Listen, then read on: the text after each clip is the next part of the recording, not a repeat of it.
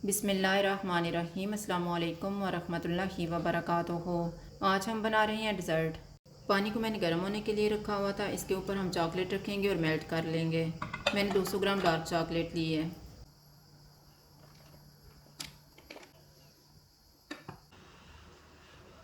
Chocolate melt हो गई है, चूल्हा बंद कर देते हैं। चॉपर में 2 बनाना डालेंगे और इनको मैश करेंगे।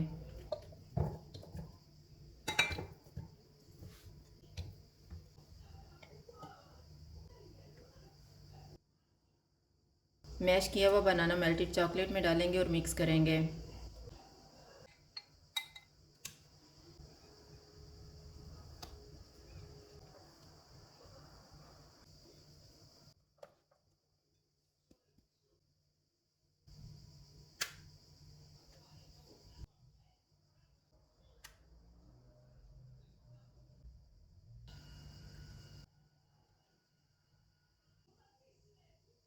इनके ऊपर कटे हुए बादाम छिड़केंगे।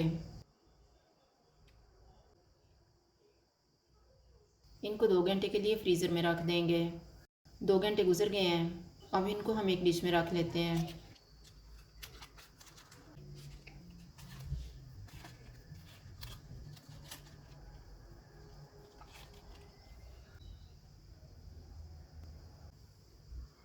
डिज़र्ट तैयार है। अगर आपको हमारी वीडियो अच्छी लगे तो लाइक करें और हमारे चैनल को सब्सक्राइब करें। शुक्रिया। अल्लाह हाफ़िज़।